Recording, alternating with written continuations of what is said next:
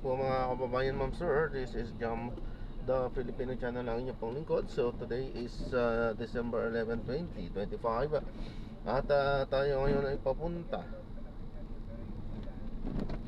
dyan yan sa may Manila River City Residences, sa may Euphrates de las Alas sa Santa Ana, Manila.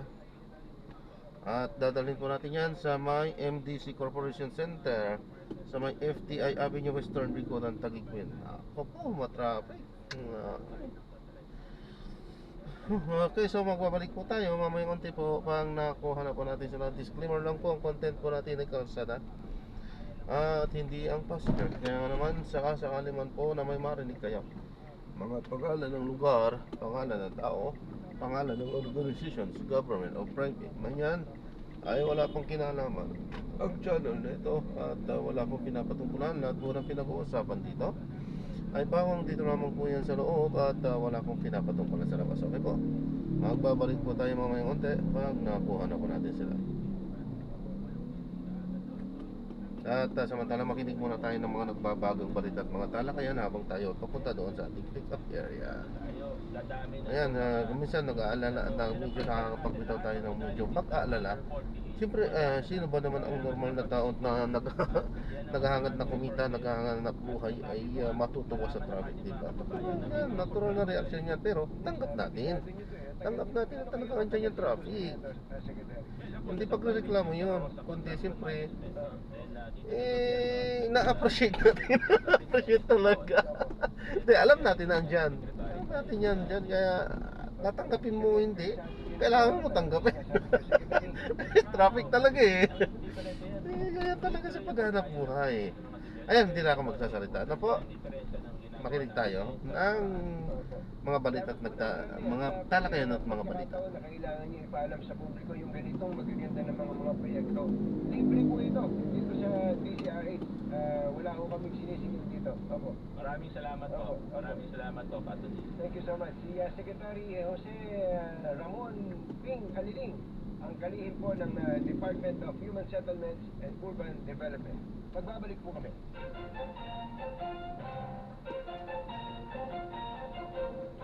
Katonying at Jerry at Taberna, Jerry Baha ang samahang pinatibay na ng panahon doon for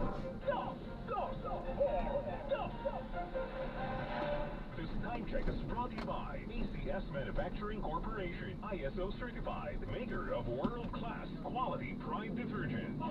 Champion Detergent, tapat po sa inyo. Ang oras ay hatid sa inyo ng Urogynecology and Incontinence Center ng Makati Med. Champion Detergent, tapat po sa inyo. Champion Detergent, tapat po sa inyo. Number 1. Champion Presents Real Talk sa Labada. Ay! Natara ko sa school. Kay tatay ko daw uniform ko kasi naninilaw. Ay, dapat yan ah. Nay, wala sanang drama. Kung nag-champion blue powder, ito lang kasi ang may optical blue brighteners. Pasado sa kapatian, may anti-yellowing pa. Champion? Blue powder? First yan ah. Correct. Easy lang. Walang labadrama.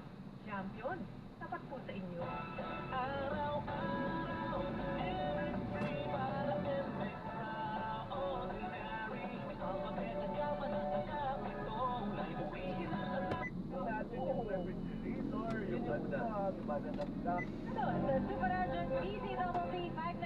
Yung Pantay Kalusugan, Dr. Rimelito Huy at Dr. of Naturopathy, ang News Commentary Program.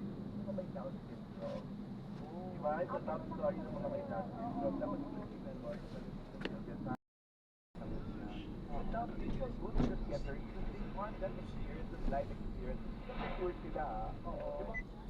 Ang parusa ay 2 hanggang 4 na taong pagkakakulong lang, multang 1,000 piso hanggang 10,000 piso lang, matik na kanselasyon ng permit o lisensya at iba pa.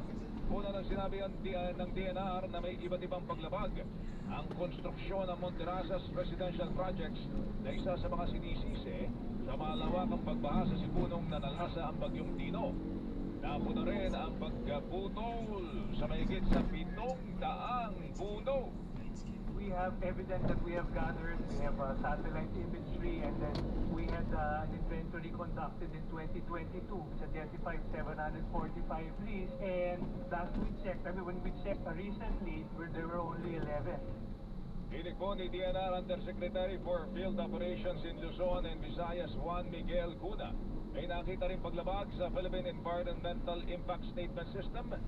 Walang nakuhang discharge permit alinsunod sa Philippine Clean Water Act of 2004 at sa Environmental Compliance Certificates or ECCs. Sinusubukan ng GMA Integrated News na makuha po ang panig ng kumpanya na nasa likod po ng kontrobersyal na Monterrasas Residential Project. Pero sa isang pahayag, dati na po nilang itinanggi na nagputol sila ng mga puno. Dati na rin nilang sinabi na nakadisenyo ang proyekto na mag-ipon ng ulan sa pamamagitan po ng ilang infrastruktura doon. Kinasuhan na ang lalaki sa viral video sa social media na hinataw ng paulit-ulit ang isang aso gamit ng 2x2 na kahoy matapos naman siyang ihiyan ito. Sa ulat ng GMA Regional TV, isang American Bully na aso ang walang habas na pinagpapalo ng lalaki sa Santanga sa Mountain Province. Makikita sa video na nakatakbo palayo ang aso pero hinabol pa rin ang suspect at muli itong pinaghampas hanggang sa mamatay. Inandinaan ni Santanga Mayor Robert Wanawan ang marahas na pagpatay sa aso bagamat nakikita mo rin niya ang dahilan kung bakit nagawa ng lalaki ang krimen.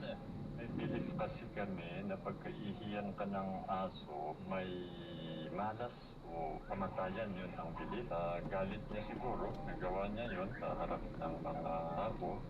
Ang tinig ni Santanga Mayor Robert Wanawan, iniling naman ng Animal Kingdom Foundation o AKF ang agarang aksyon mula sa lokal na pamahalaan upang hindi na maulit ang anumang pagmamalupit sa hayop. Sinusubukan pa ng GMA Integrated News na makuha ang panig ng suspect. Alinsunod sa Animal Welfare Act, may multa hanggang 100,000 piso ang sinumang mapatutunayang nagmaltrato sa hayop at maaaring makulong ng 6 na buwan hanggang 2 taon. Super Radio! 2 gintong medalya po ang nakukuha na po ng Pilipinas sa 2025 Southeast Asian Games o SEA Games sa Thailand. Nakuha po yan ng Philippine Women's Team sa 4x100 meters freestyle relay ng swimming competition sa SEA Games. Kabilang dito sina Kyla Sanchez, Chloe Isleta, Shandy Chua at Heather White na tinalo po ang Singapore at Vietnam. Unang nakamit ng bansa ang gold medal kahapon sa men's freestyle pumsay ng taekwondo sa pamagitan po ni Justin Kobe Macario. Nagulat din po ako na ako po yung unang gold ng Pilipinas po and sobrang saya po. Naging confident naman po ako sa pinakita kong routine and yun po, parang minanifest ko na akin na po yung ginto. Yun o, tinig po ng SEA Games gold medalist na si Justin Kobe Macario. Sa ngayon kabuang 13 medalya na po ang naipapanalo ng Pilipinas sa 2025 SEA Games. Kabilang po ang 2 gold, 2 silver at 9 bronze medals. Ito ang Super Balita sa Umaga Nationwide. Sa gitna, Parimelo, ng taas na mga bilihin po ngayon ang sibuyas, tumataas na naman. Ang kamote sibuyas yan, o.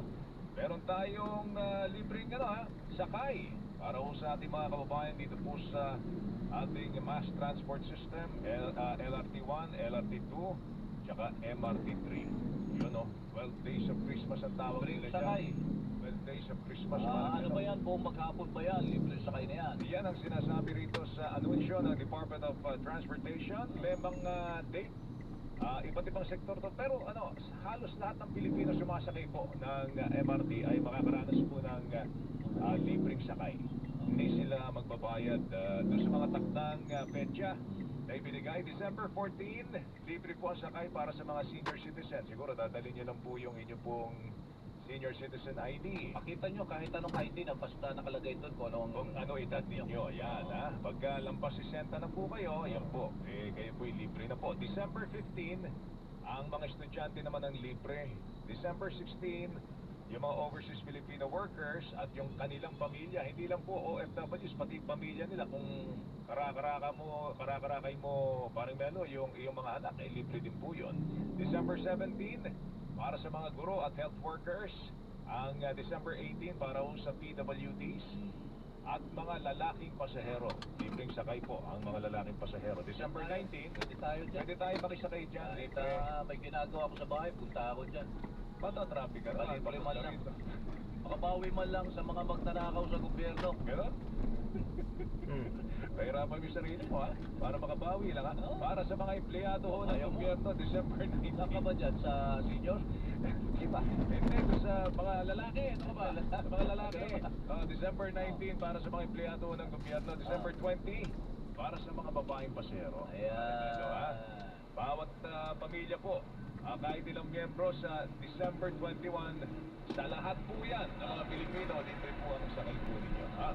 Siyempre, December 22 para sa mga solo parents, mga members ng LGBTQIA community. Sa mga takusa, wala ba dyan? Sa mga takusa? Walang sinabi rito. Wala dyan? Sa mga Pilipino na kasama na po kayo. Mga uhaw? Ayun, no? Wala. Para ho sa mga empleyado at privado sektor at mga kasambahay, December 23, libre po kayo. December 24 sa mga uniform personnel, mga veterano at kanilang Ay, pamilya. bisperas na yun, ha? Ha? Araw ng Pasko mismo meron din. Libre sakay para ho sa lahat. Free for all. Nakalagay dyan, no? Free for all. Ibig sabihin, labo-labo na yan. Ay, walang bayad. Walang bayad. Libre ho kayo basta dito sa mga sa MRT3, LRT1 at LRT2. Pero syempre sasubsidize pa rin po natin yan. Naman, tayo pa rin, parang ano lang yan, parang PhilHealth na kinuha yung pera sa atin pagkatapos tayo rin ang magbabayad. Oo. Diba yung mga nagnakaw doon sa nilagay sana yan eh. Nilagay daw sa ano naman daw, nilagay daw sa health. Sa flood control. Hindi, sa health daw. Sabi ng Malacanang, yung 60 billion. Sa health napunta? Sa health daw napunta. Bakit tinanggal sa PhilHealth? Hindi ko rin alam eh. Bakit ganun eh. Kung nasa PhilHealth na po yan, tinanggal mo, lalagay mo pa rin sa health para namang Health Nino. Nung mga... Health Nino. Nino. Ay, nako. Pero ano pinababalik. Pero napaparusahan. Napaparusahan. Kinuha ko yan. May due process. Ano? Labo. Hirap yan. Labo naman yan. Bago na kayo. Ay, naku. May mas big pa ba kay Saldi ko? Dapat. Dapat Dapat alaman siya lang ang mananagot dyan. Matutuwa tayo kung mananagot siya. Mananagot na talaga si Saldi ko dapat. Mas matutuwa tayo kung may mas malaki pa sa kanya na mananagot din. Mahirap namang matay mo mang isipin. Imposibleng wala eh. Siya lang. Ang nagpakana niyan. Para naman tayo mga puhang-puhang yan. Niloloko nyo kami dyan pag gano'n. Balikan natin yung ating mga headlines. Mas mataas na maximum suggested retail price o MSRP ng pulang sibuyas epektibo na ngayong araw. Matataas na opisyal ng gobyerno at mga negosyanteng protektor ng mga smuggler ng mga produktong pang-agrikultura at tukoy na ayon sa isang senador. Department of Transportation may handog na 12 days of Christmas, 12 araw na libreng sakay sa MRT3, LRT1, LRT2 para sa piling sektor ngayong Kapaskuhan. Pansamantalang pagbabawal sa mga mall-wide sale, ipinanawagan naman ng MMDA. Pasaporte ni dating Congressman Saldico ang Senado na Pangulong Bongbong Marcos inutusan ng Department of Foreign Affairs at PNP na makipag-ugnayan sa mga empahana upang matunto ng dating kongresista. Walang opisyal ng DPWH Davao Occidental ay sinasangkot sa Coast Flood Control Project. Sumubo na rin sa NBI. Nagsara sila ng kalsada, walang magmamando. Pareto at 10 iba pa kaugnay ng kaso ng mga nawawalang sabongero, ibinasura ng DOJ panel of prosecutors. Ano pa makakatus? Whistleblower na si Patinuman at kanyang kapatid tinanggap na bilang state witness. Mga Pilipino walang trabaho. Parang karapatan lang nilang magsara ng kalsada pero di nila imamando dito sa Kumpanya sa likod ng kontrobersyal na Monterrazas Residential Project sa Cebu City sinampahan ng kaso na plunder ng DOJ, ng DNR. Ayan. Ito, babatiin natin. 14 na araw na lamang ano na? Pasko na. Siyempre. Tapos, 4 na araw na lamang abangan natin yung additional cases daw. May sasamba pa ng ombudsman sa mga big fish. Pare big fish. Yung mga proponent pare nakakawala kayo Basahan nyo Malatuna ang dating. Biglang kalalaki. May kukonsidera na rin nating mga shark. tiger shark. Yung mga balyena, hintayin natin yan. At sumainyo po, kabuuan ng mas pinalawak, mas pinalakas super balita sa umaga nationwide. Ako po ang inyong kapuso, Melo Del Prado. Balita walang kinikilingan, walang pinoprotektahan, serbisyong totoo lamang. Ako po ang inyong kapuso, Joel Reyes Obel. Magandang umaga Luzon, magandang umaga Visayas, magandang umaga Mindanao. Radyo na! TV ba? Fake news. Dapat totoo! Super Balita sa Umaga, nationwide, mula sa pinakapilang kakatiwalaang network sa buong Pilipinas, ang GMA. Mabuhay ang Pilipinas! Hoy, kalahating minuto bago sumabit ang alas 8, standby, saksi sa Double B, susunod na.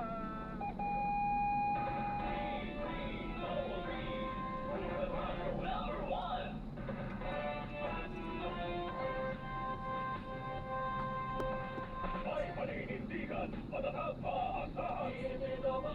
Super Radio 594, Kapatol Pilipino, lahat Super Radio.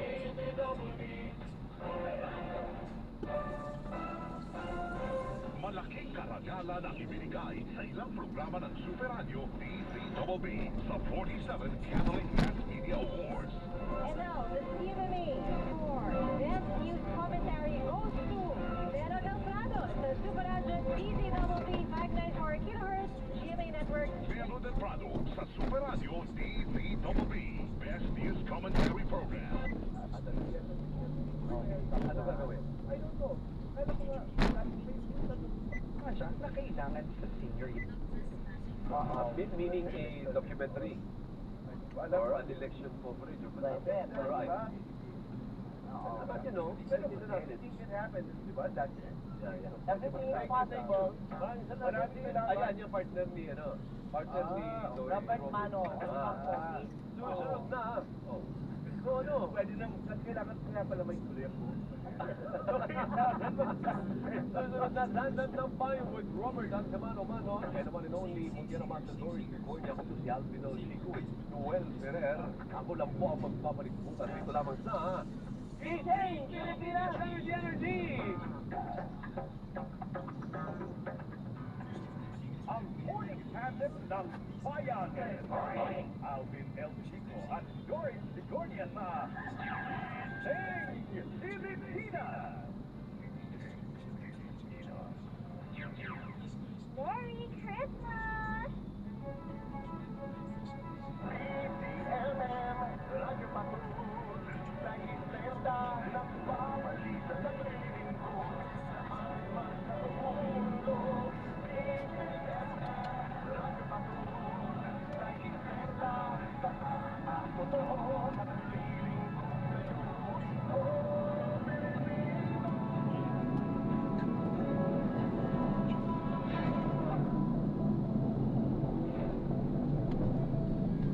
Oras 8:02 ng umaga. Ang oras na ito ay hatid sa inyo ng Gcash. Ngayon papalapit na ang Pasko. Bukod sa sangkat at na regalo, umaapaw na rin ang Excam. Huwag mag-click ng mga kahina-hinalang link para palagi tayong cheaping. Maging mapagpandan at mag-report agad sa otoridad para hindi mabiktima. Huwag hayaang sirain ng scammers ang iwan ng pagbibigayan at pagpapahal. Isang paalala mula sa Gcash. Basta may link, huwag i-click. SMS spoofing scam yan. Gcash is regulated by Bangko Sentral ng Pilipinas. Sa bawat isyong kailangang himayin, sa bawat balitang dapat pusisiin, dalawang bibig na umaalerto sa bayan, mapapagpapagupit walang sako. Ang basa at Emano. Kasama yan ang basa, Doris Sigornia. At nagbabalita ang Emano, Robert Mano. Mga batikang tagapagbalita na naghahatid ng malalim na pananaw at masayang talakayan.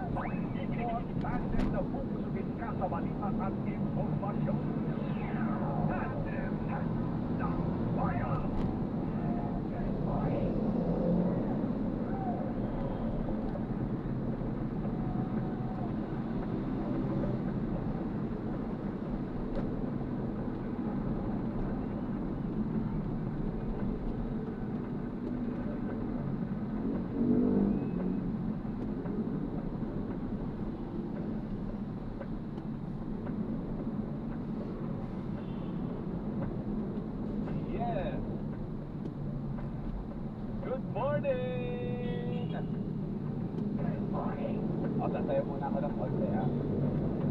kasi tuturuan ko muna kayo ng, sabi sa partner ko, diyan ka muna.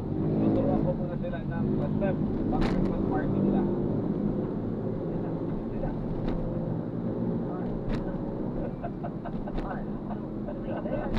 Meron lang, one. Hindi na natapos yung bilang. Oo nga eh. Di marunong magbilang. Hindi lang. Ay, sorry po. Ako po ay na-late ng kaunti. Pero na-late ako ng kaunti dahil na napakasayang balitaktakan namin with Noel Ferrer na nag-iimbita po para sa MMFL. Importante po natin ang pelikulang Pilipino. Correct. And sure po naman yung partner, makita mo naman talaga pagdating ng December, pagdating ng opening. Ayan. Pila sa mga sinihan. Sila sa sinyan at sabi na po sa lahat ng mga motorista sa Friday, December 19, dahil gaganapin nyo kanilang motorcade. Ay, sinasabi na nila ngayon, panigurado magiging masarap. Pero kayo mag-init ang ulo. Kung kayo po maabutan nyo yung parada, ano na lang kayo ng parada? Bumaba na lang po kayo dyan sa parada na yan. Correct. And then kaway-kaway sa mga artista. Yan. Punta ko din dati, Pai. Talaga? Dahil ba dati, lagi sila sa Luneta. Luneta. Ganyan. Punta ko doon sa parada nila. Ako naman nagko-cover. Na kami sa vlog, sabi ko Diba? yung Ang ganda. Hindi nagagawa yung mga Oo, kaya ang gagaling gumawa nung nga. Kaya naman lagi tayo nag-susuporta. Kasi nung yung buhok ko. Dapat kaya Okay naman. Bagay naman siya sa'yo. lahat. Ate John, kasi nga nakasantahan ka kanina. Oo, ni Alvin. Maraming salamat ulit Noel Ferrer. Dinalan kami ng sandahan. Ano ba ito? Kopya mo daw yan. Oo. Salon sa Programa mo, wala kang ganyan. Salon sa kumpanya, hindi pa nga tayo nagpapakilala. Ikaw niya. At ako naman po, si Robert Matos. Siyempre, tangent ng bayan. Correct, walang iba. Oo, at dapat lang ay masaya tayo. Happy joy lang. Kasi napakalapit na ng Pasko. Isa lang ibig sabihin ng partner. Asa na yung regalo ko ba? Hindi ko pa nakikita. Ay, sa'yo? Oo. Special yung partner. Oo. Nakukuha mo yun sa 25. Hanggang malaki. Mga 70. Kasi ako, hindi ko siya wala dito. Marami. Hindi kasi sa konti ko. Saka ng di ba, napunta ka ng Dapitan, yung Santa Claus sa Manila. Yan. Yun ang ibig. Yung sumasayaw-sayaw? Oo, yun ang ibig. Kasi pag gano'n-gano'n. Oo. O ilang beses.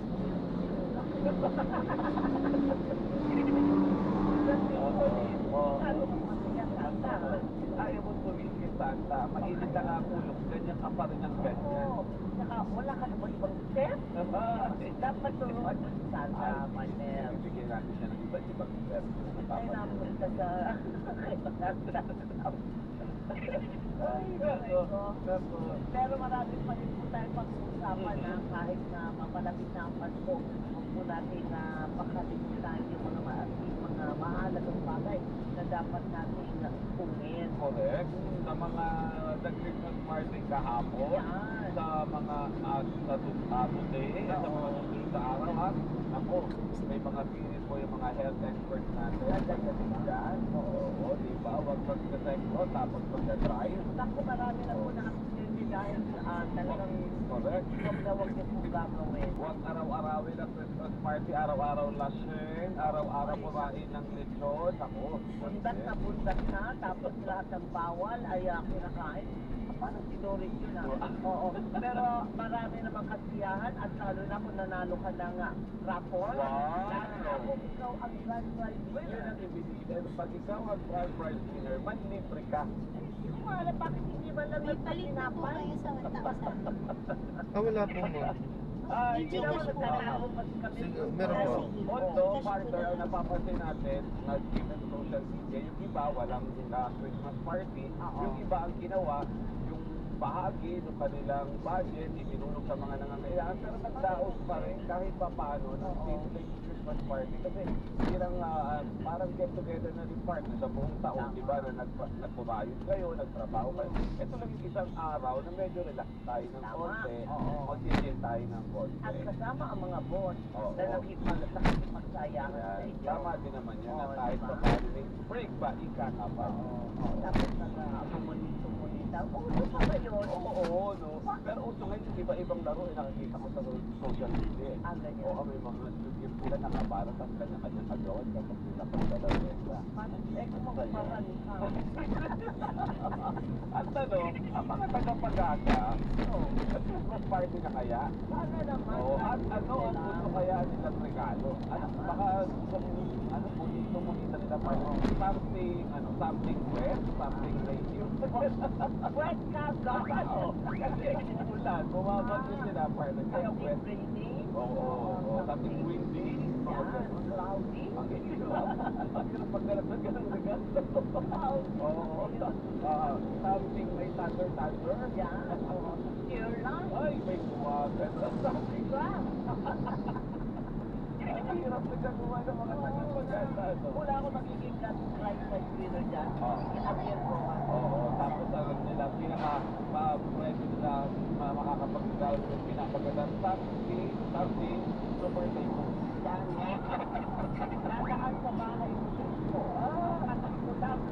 Nilakyan na ni ni Sai. Something mata ng bagyo. Ay, by the way, nakita niyo ba yung vlog natin sa Facebook, ha? Sa mata ng bagyo, abangan niyo po yan, ha? Ang nag-join for that ako, Jesus, at si Christian de Torres, kami tatlo na nag-cover ng bagyo. Nice. Kailan nga? Kasi pag-announce kayo kung kailan yan. Ang alam ko today, Okay. Abangan mamayang hapon. Oo. Makapuluan po yan. Tingnan niyo po kung gaano kasipag at kagaling ng ating mga taga-CTMM at wala na kayong mahahanap pa. Samantala, bago pa ako mga tatutuyan dito sa description ng partner ko, alamin muna natin partner. Ito, muna Christmas party na sila. At ano natanggap? Natanggap. Mga kausap po natin mula sa Pag-asa, si Binibining Lian Loreto. Good morning, ma'am. Good morning, ma'am. Tapos na Christmas party or wala? Yes po, good morning po, Sir Robert. Good morning. Good morning, ma'am. Yes po, sa ngayon, wala pa naman po Christmas party. Sa bantayan pa naman po muna tayo. Pero wala pong namumuong Christmas party. Wala din po kayo binabantayan Christmas party. Papasok sa bar. Meron naman po. Yung mga simple, okay lang din naman talaga yan. Tama din naman kasi. Lalo na sila pagod. Oo. Kung magtrabaho ang mga tagapag-asa, wagas. Correct. Diba? Kaya naman, ma'am, kumulan po ba today para guide din sa mga mag-Christmas party? At mag-shopping. Correct. Po, well, meron po tayong weather system na magdadala po ng pag-ulan sa ating bansa. Una na po siya ng shear line. So, yung shear line po yung pagsasalubong ng hanging amihan at easterlies. At ito po yung magdadala na maulap na panahon. May galat-galat din ng mga pag-ulan, pagkulog at pag-ilat dito po sa eastern section ng northern and central Luzon. Specifically po sa may Cagayan, Isabela, Quirino, Nueva Vizcaya, Aurora, Quezon, maging sa may Kalinga, Mountain Province at Ifugao. Doble ingat pa rin po sa mga posibilidad ng flash flood at landslide. Yung amihan naman ay pabugso-bugso pa rin sa nalalabing bahagi ng northern Luzon, specifically po sa may Batanes, Apayao, Agra at Ilocos Norte. Asahan pa rin po yung maulap na panahon na may mga pag-ambon, pag-ulan. At dito din po sa nalalabing bahagi ng Ilocos at sa may Cordilleras, asahan naman po yung maliwalas naman po na panahon. Meron lamang po tayong konting mga pag-ambon. Pero sa Metro Manila at sa nalalabing bahagi naman po ng ating bansa, asahan yung maliwalas na panahon, mainit at malinsangan, may sansa lamang ng mga pagbugsong pag-ulan, pagsapit po ng hapon hanggang sa gabi. Sa ngayon, nakikita natin, within the next 7 days, wala pa naman po tayong bagong sama ng panahon na mamumuo. Although after that, posible po tayo magkaroon ng bagong sama ng panahon. Although mataas pa rin po yung uncertainty at low chance pa naman po yung kanyang development. Wala din po tayo nakatas na gale warning, kaya't malayong makakapagkaya ng ating kababayan. Ma'am Doris, now, very windy. Ma'am Lian, so yung lamig-lamig na nararamdaman natin, sobrang sarap kasi talaga eh, di ba? Nakaka-enjoy talaga partner. So as in, i-maximize na natin ito hanggang February na talaga na ganito yung weather natin, yung lamig na mararamdaman natin. Yes po, tuloy-tuloy na po yan hanggang February. Nice, nice. Pero ito po yung sinasabi ninyo na wala pa naman kayo namamataan na masamang panahon in the next few days. Pasok po dyan yung Christmas. Wala tayong pag-ulan sa Christmas. Well, by next week po, tinitingnan natin, possible kasi na magkaroon tayo ng isang low pressure area, although low chance pa po ito at mataas pa naman ang uncertainty. So, pwede pa rin pong magbago. Ay, salamat. Sana walang ulan sa Pasko. Yan. Para tuloy-tuloy ang pag-ikot sa mga inaanak. Correct. Pero sa ibang, ibang bahagi ng bansa, magiging maayos din po ang panahon. Yes po, tama po sa Metro Manila at malaking bahagi po ng Visayas, Mindanao, and Southern Luzon ay magiging maaliwalas po ang ating panahon. Ay, very good. Good news yan, mamaya. Ma'am Lian, kapag daw sa anong tawag dito, may magre-regalo sa inyo dyan sa Ay, oo. mga Bonito, kababayan bonita. yun, sa Bonita. Oo. Ano daw ang gusto ng mga taga-Pag-asa? Something ano? Ano po, spa and massage package po. Para sa lalaki nila. Tama naman, deserve naman. Oo, sino nga ba ang head ngayon ng ng Pag-asa? Si Dr. Nathaniel Servando. Si Dr. Servando pa rin. Okay, manawagan na tayo on air. Sa traffic po kasi.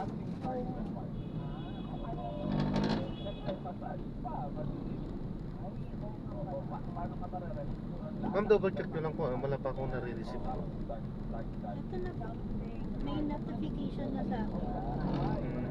Nakadadili lang siguro, wala pa kasi akong nare-receive. Baka mahina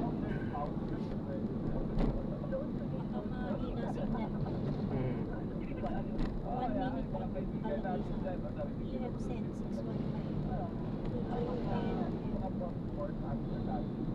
Oo, ang laking bakit yun naman talaga kailangan nila naman ng ating break. Next ko ba naman yung pinapayo ng bagyo.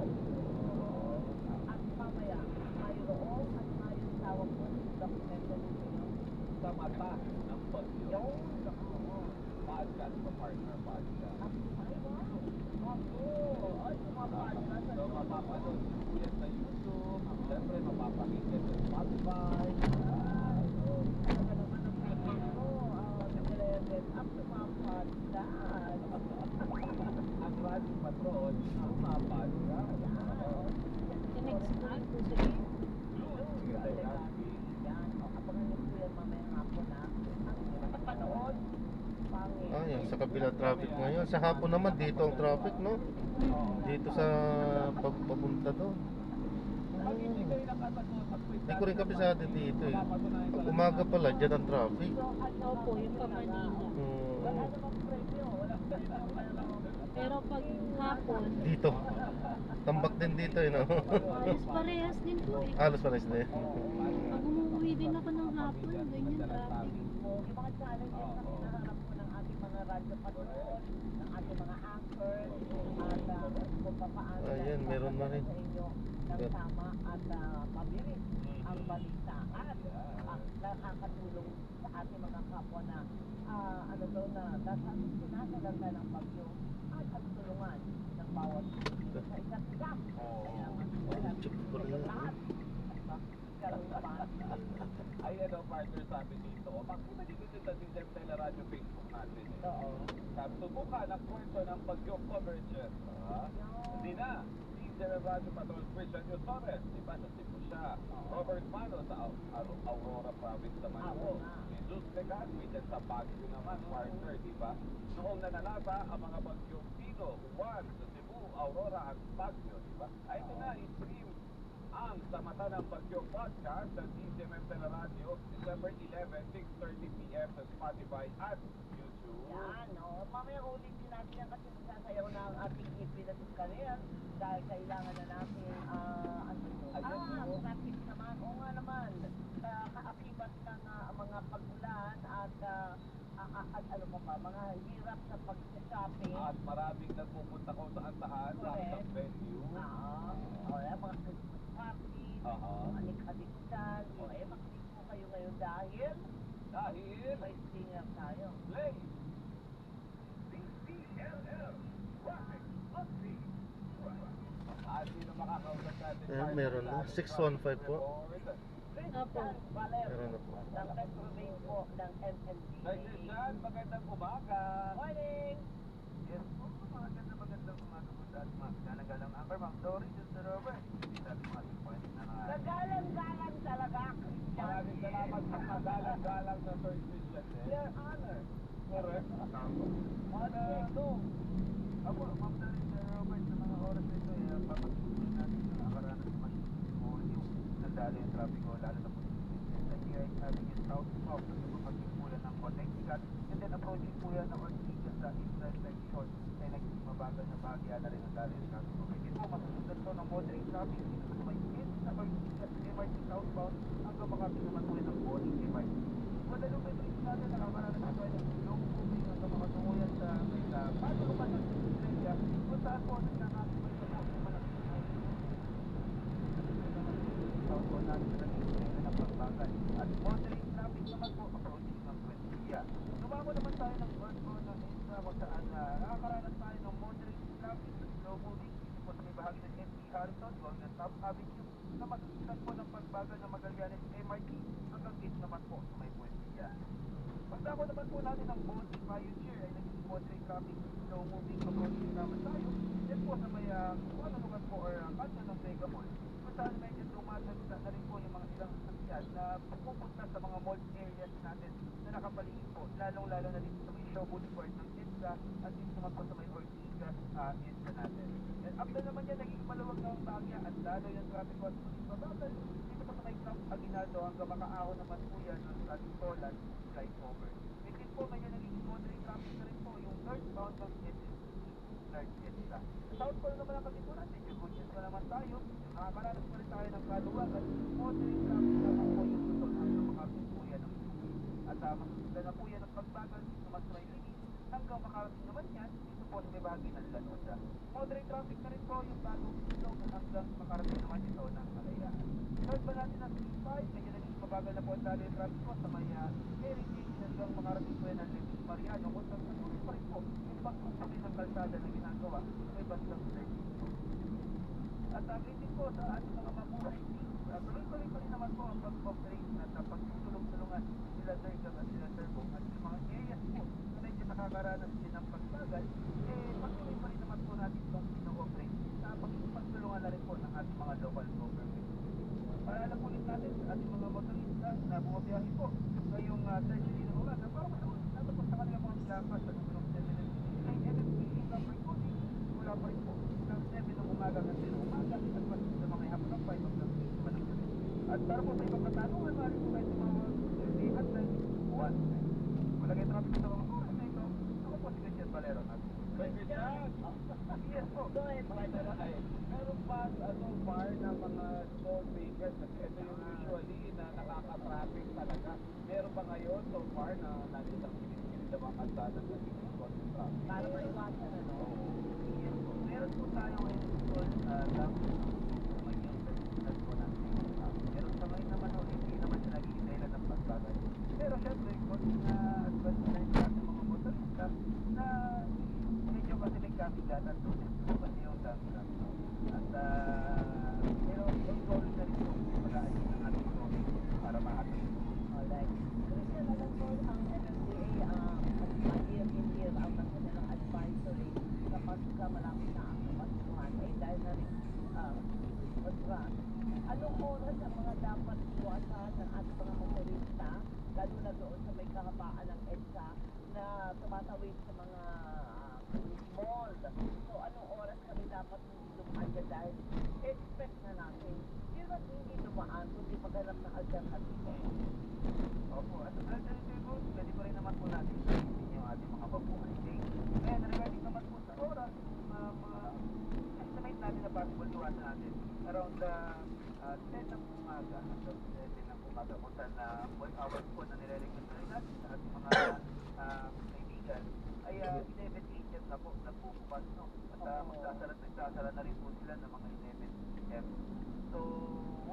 report, ng opening report at report ng closing report, makapag-adjust na po sila sa kanila magiging ruta. Very good. Yung biggest pasada pa yung takla. Isap na nila kanina, Manibela, and isap na. So, Lagi naman nila ganun. oo, nilagay yung So, good news para sa MMDA yan. At meron ba tayong na ano pa? Araw-araw din po yung nag-grab, pabalik na Ay, hindi naman. po, may meeting lang ako. Akala ko dito talaga yung araw-araw eh. Kaya hindi na If ever magkakaroon po, handa na rin naman po tumulong yan ang ating mga kapatid. Coding, coding. Kanina yung mga taga-pag-asa, natanong namin. Siyempre namin Ingat palalampasin mo ma'am, God bless po. panahon ng Bonito Bonita, kapag ang mga taga-MMDA ang hilingan, anong gusto ng mga taga MMDA na something lang. Something, oo, ano po ang Kasi sa pag-asa gusto na something pasahe? masahe, something dark, something cloudy, di ba? Ayan, so na-drop na natin sila. So maraming salamat po sa panonood. Something Hanggang sa muli, ingat po at God bless. Paalam po muna pansamantala, tayo ay gagawa na ng ibang video sa ating susunod na misyon. Paalam po muna pansamantala. So this is John Paren, the Filipino Channel, ang inyong pong lingkod. Paalam po. something